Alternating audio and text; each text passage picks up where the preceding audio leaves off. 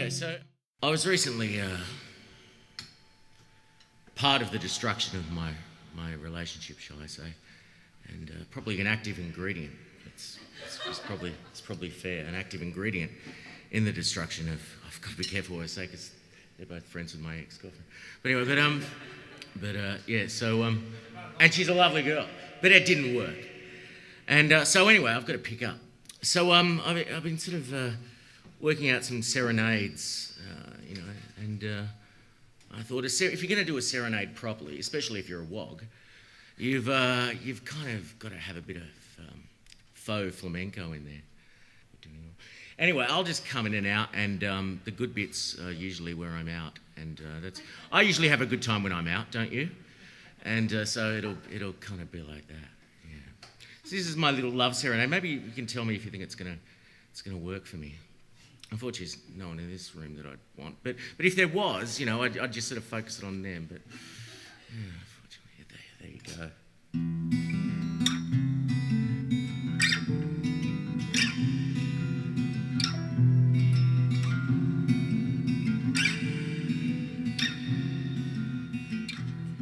My whore of Babylon, how I love your fat thighs.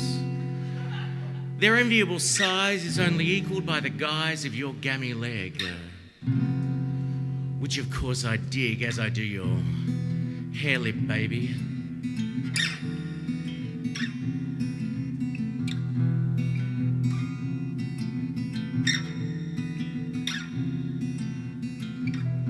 My omniscient matriarch, how I crave your crossed eyes.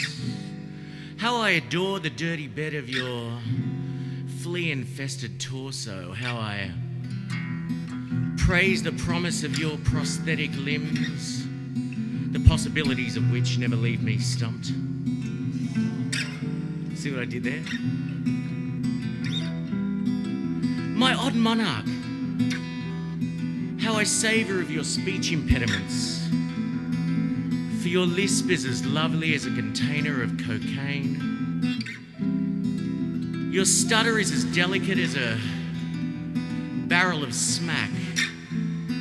And your bouts of Tourette's are runting, mucking, marvellous as methamphetamine.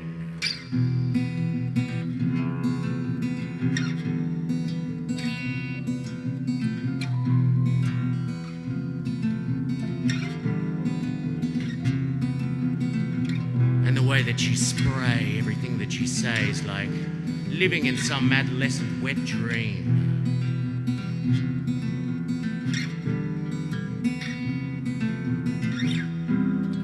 How I still remember the day we met, my beatific epithet.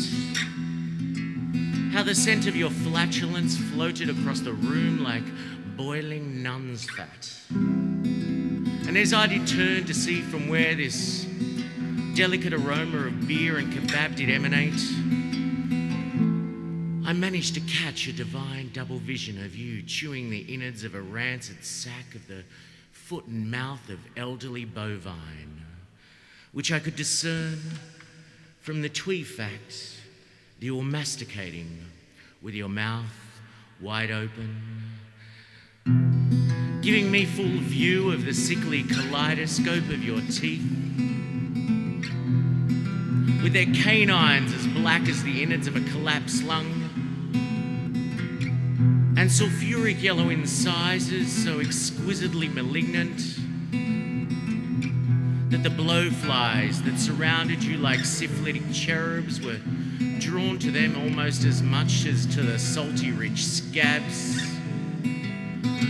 that garnished your eczema-ridden outer layer of epidermal delight, giving which you seemed endlessly to scratch at, giving the effect that you're encased in some form of magical snow dome of dandruff. And as I did take all this in, soaking up the royal ambrosia of your person like a sanitary pad, I could not fail but notice how those delicate flakes of rice paper flesh embedded in the meaty red legions of legions that embraced your warm crown on past your superfluous nibble, and over the amorous mound of your most crimson organ, which I could discern from the golden scent that emanated from it like a flailing flock of ailing pigeons.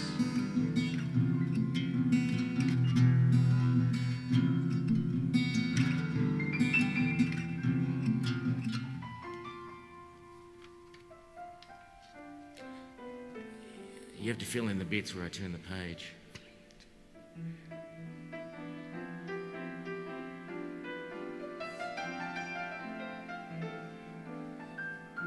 He's a very talented man, isn't he?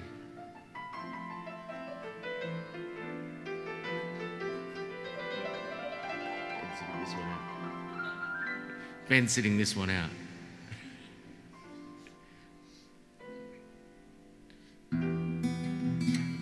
And as the muscles of both my stomach and heart contracted with impure visions, my sore eyes were suddenly drawn to your elegantly thonged feet, which once more surpassed the podiatry parts of all other members of your sex, by each containing an extra big toe, which, like your fingers, were linked by a hint of fine webbing.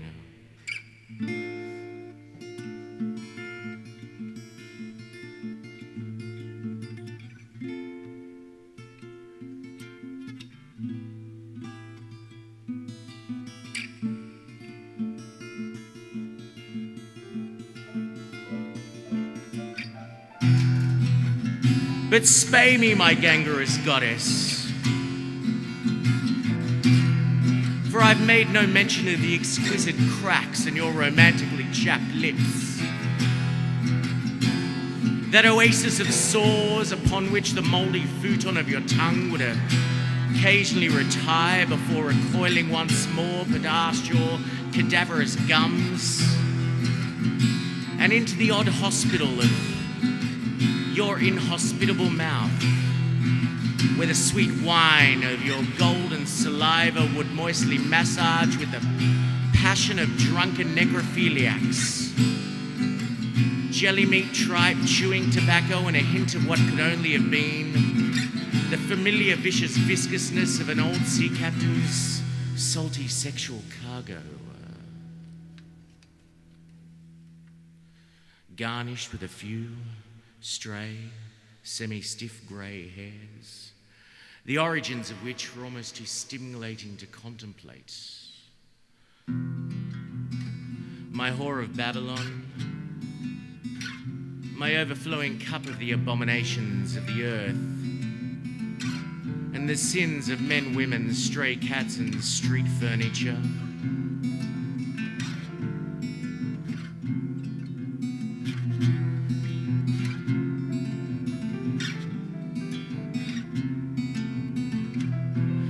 My overflowing river of semi-congealed love juices, whose vision is forever caked to the back of my memory like remnants of Vindaloo along the rim of a public lavatory, paralysing I with desire for you, and the ever-growing wish that we segue together in syphilitic glue, become one, as it were, like the hair and crystals that encase the rim of your generous nostrils.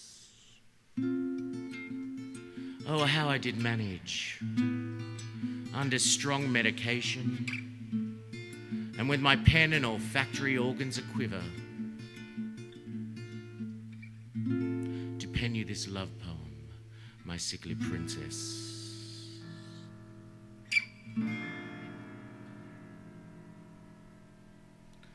So do you reckon that'll work?